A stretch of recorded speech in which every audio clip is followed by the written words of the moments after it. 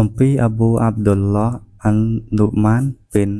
បាស៊ីតរ៉ាឌីយ៉ាឡោះអានហ៊ូម៉ាថាខ្ញុំបានឮរ៉ាស៊ូលឡោះសល្លឡោះអាឡៃហ៊ីវ៉ាសាឡាមមានប្រសាសន៍ថាពួកអ្នកត្រូវតែតម្រង់ជួររបស់ពួកអ្នកក្នុងពេលសាឡាតបើមិនដូច្នោះទេអល់ឡោះនឹងធ្វើឲ្យមុខរបស់ពួកអ្នកមិនចុះសម្រុងនឹងគ្នា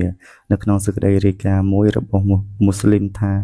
រ៉ាស៊ូលឡោះសល្លឡោះអាឡៃហ៊ីវ៉ាសាឡាមបានតម្រង់ជួររបស់ពួកយើងក្នុងពេលសាឡាតហាក់ដូចជាលោកកំពុងតម្រង់ព្រួញរហូតលោកដឹងថាពួកយើងបានយល់ហើយក្រោយមកថ្ងៃមួយលោកឈររៀបនឹងទឹកពាទ្យចូលសាឡាតស្រាប់តែបានឃើញបុរសម្នាក់ពងទ្រូងរបស់គាត់ចេញពីជួរបន្តិចលោកក៏មានប្រសាសន៍ថាបណ្ដាខ្ញុំអល់ឡោះទាំងឡាយពួកអ្នកត្រូវតែតម្រង់ជួរក្នុងពេលសាឡាតបើមិនដូច្នោះទេអល់ឡោះនឹងធ្វើឲ្យមុខរបស់ពួកអ្នកមិនចុះសម្រុងនឹងគ្នា